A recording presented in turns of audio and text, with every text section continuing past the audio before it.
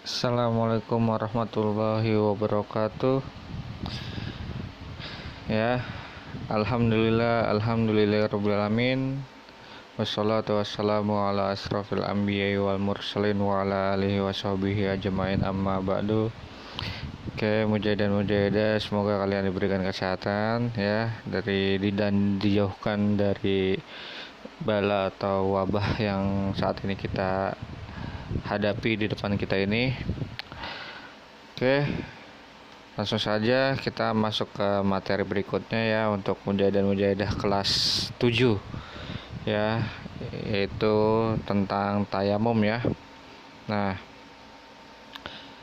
apa sih tayamum ya? Mungkin kalian sudah pernah mengamalkan, mungkin sudah pernah diajarin dari SD atau mungkin dari orang tua juga mungkin ya. Nah, ini nggak apa-apa lah untuk penguatan ya, nggak masalah.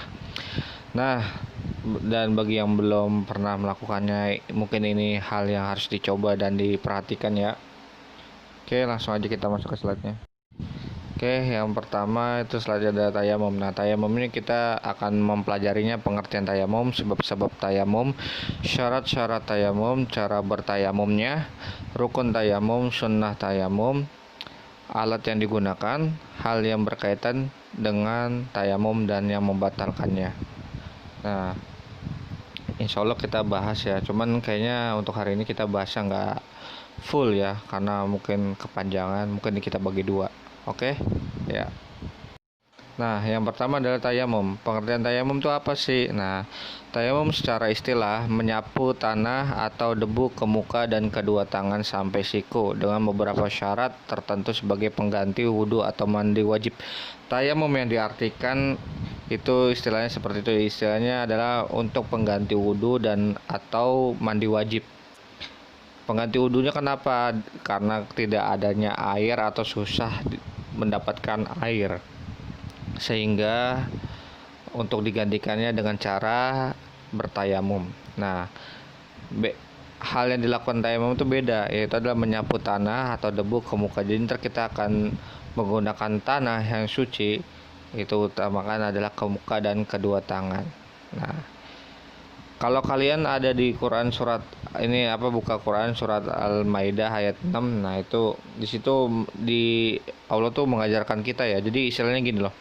Walaupun kita nggak ada air, kita bukan berarti kita putus asa untuk tidak sholat atau mungkin kita tidak yang namanya bersuci. Nah, jadi Allah tuh memberikan jalan solusi yang kedua istilahnya ya. Istilahnya yang pertama, kalau kita tidak ada air, yaitu dengan cara bertayamum. Nah, jadi kalau misalnya kita susah dapat air atau lagi di perjalanan, Allah tuh nggak istilahnya, yaudah kamu nggak apa-apa nggak sholat, nggak, bukan gitu. Cuman Allah memberikan keringanan dengan cara bertayamum. Kalau kalian lagi ingin bersuci atau ingin berwudu tapi tidak ada airnya, jadi digunakan dengan cara bertayamum. Nah, di sini ada. Jadi kalian kalau baca tuh ada di buku tuh, nih jika kamu junub tuh, maka mandilah. Dan jika kamu sakit dalam perjalanan atau ini dan sebagainya, itu maka kalian disuruh yang namanya bersuci. Cuman kalau kalian nggak ada air atau susah dapat air, nah intinya di sini maka jika kamu tidak memperoleh air maka bertayamum. Nah, jadi kalian intinya adalah di sini tuh Allah tuh memberikan jalan gitu. Kalau kalian susah ketika lagi perjalanan, terus lagi apalagi tadi itu junub, sakit, nah itu kalian bertayamum. Nah, jadi seperti itu. Jadi di Quran aja udah disuruh gitu. Jadi nggak ada kata-kata istilahnya, Pak nggak ada air Pak Bu nggak ada air gitu. Bukan berarti kalian free untuk tidak sholat, tapi kalian tetap harus sholat dengan cara bertayamum, yaitu adalah pengganti wudhu. Oke, yang berikutnya adalah sebab-sebab tayamum. Oke, sebab-sebab tayamum itu adalah, jadi sebab-sebab tayamum itu maksudnya adalah ini penyebabnya nih sehingga kalian dibolehin tayamum. Nah, ini sebab-sebabnya. Kalian diperbolehkan untuk bertayamum. Nah, ini sebab-sebabnya. Sakit atau bertambah sakit jika terkena air. Misalnya kalian tuh sakit apa? Misalnya sakit kulit, kan ada tuh ya sakit kulit ya. ya apalah semacam itu.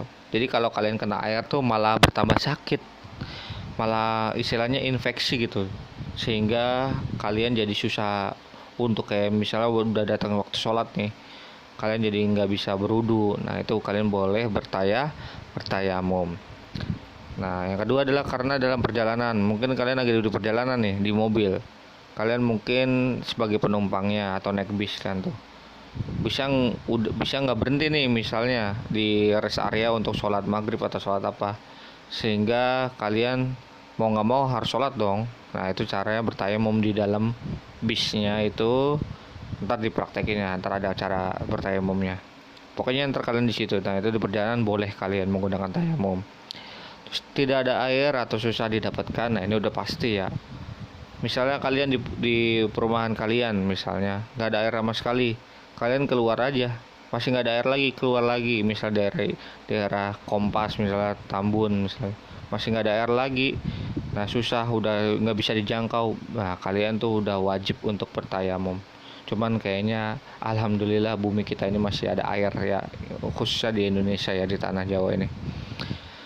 Nah, untuk yang berikutnya ada air tapi suhu air sangat dingin atau sangat panas ya, sehingga akan mendatangkan mudarat. Mudarat itu adalah berbahaya.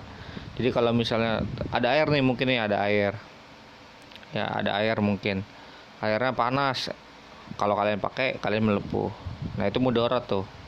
Tapi kalau misalnya airnya dingin buat kalian pakai, kalian terjadi hipotermia. Ya, jadi hipotermia tuh kayak penyakit kedinginan gitu kan. Nah, jadi saking dinginnya jadi beku gitu, jadi kaku lah, darah-darah pada berhenti ya. Jadi seperti itu. Nah mungkin kalau kalian pakai itu mungkin akan mendatangkan mudarat, maka boleh untuk bertayamum. Nah berikutnya ada air tapi jumlah airnya tidak mencukupi untuk hal yang misalnya ada air nih, waduh udah nggak ada air lagi nih, airnya cuma dikit gitu misalnya, segelas doang ya, ini kayaknya nggak cukup lah, ya nggak apa-apa, itu boleh langsung kalian ganti dengan bertayamum gitu. Oke, paham ya sampai sini ya. Nah itu banyak nih sebab-sebabnya, mungkin yang lebih intinya sering terjadi ya itu aja tuh yang tadi yang bapak jelasin, lagi di bis, lagi di perjalanan, atau mungkin lagi sakit. Pak, misalnya tangan saya lagi sakit nih, ya, apa sih ya, penyakit kulit misalnya, aduh, sehingga saya nggak bisa wudhu. Ya udah, kalian nggak usah bertayamum, cuman wudhu kalian cukup yang dianjurkan saja. Misal tangan kanan yang luka, kanannya dilewatin aja, gitu nggak apa-apa kok. Cuman kalau misalnya kayak penyakit kulit yang lain gitu, kena air dikit gitu, bahaya banget misalnya. Nah itu saking nggak bolehnya ya, itu boleh bertayamum. Oke. Nah ini syarat-syarat tayamum ya. Jadi ada syarat-syaratnya untuk tayamum. Ada sebab yang membolehkan mengganti wudhu. Nah ini tadi yang sebab-sebabnya itu, kalau udah ada sebabnya kalian boleh bertayamum. Di situ tuh ya. Kalau udah ada sebabnya kalian boleh tayamum tuh. Tadi kayak misal perjalanan dan sebagainya itu kalian boleh. Nah itu syarat yang pertama. Syarat berikutnya adalah sudah masuk waktu sholat. Ketika waktu sholat masuk, kalian susah dapat air, udah mondar-mandir, langsung aja udah sok atuh tayamum gitu, gak usah mikir-mikir lagi. Nah gitu, gak masalah. Terus menghilangkan najis sama, kalian susah nih ngilangin najis dan sebagainya, tayamum aja udah. Jadi pengganti wudhu udah gitu. Tidak dalam haid atau nifas bagi perempuan. Nah kalau misalnya perempuannya haid atau nifas ya, nggak, pak misalnya saya mau tayamum gitu, saya tapi lagi nifas, nah itu nggak boleh. Udah kalau udah nifas, udah haid, udah istilahnya nggak sholat dulu gitu, berarti iya lagi nggak sholat dulu. Tapi kalian dengan cara mengamalkan yang lain, bertilawah lah, atau mungkin zikir ya, menggunakan tanah berdebu yang suci. Nah udah pasti ini syaratnya. Takutnya kalian ada pasir nih, kalian akruk gitu kan, ada tai kucingnya kadang-kadang kan. Ya jangan lah, maksudnya sucinya itu ntar dah dijelasin dah, pokoknya ngambil tanahnya suci lah. Nah tanah yang mana ntar kita jelasin. Sudah diusahakan mencari air bagi yang bertayamum. Kalian udah bolak-balik kan, tadi udah saya bilang misalnya di perumahan kalian nggak ada air, kalian keluar dikit nggak ada air lagi, sampai ke Kompas tuh nggak ada air lagi, sampai rel kereta kan nggak ada air lagi, sampai Tambun nggak ada air lagi. Nah itu pokoknya kalian sampai udah usahakan mencari air tuh, jadi nggak apa-apa tayamum sok atuh gitu. Oke.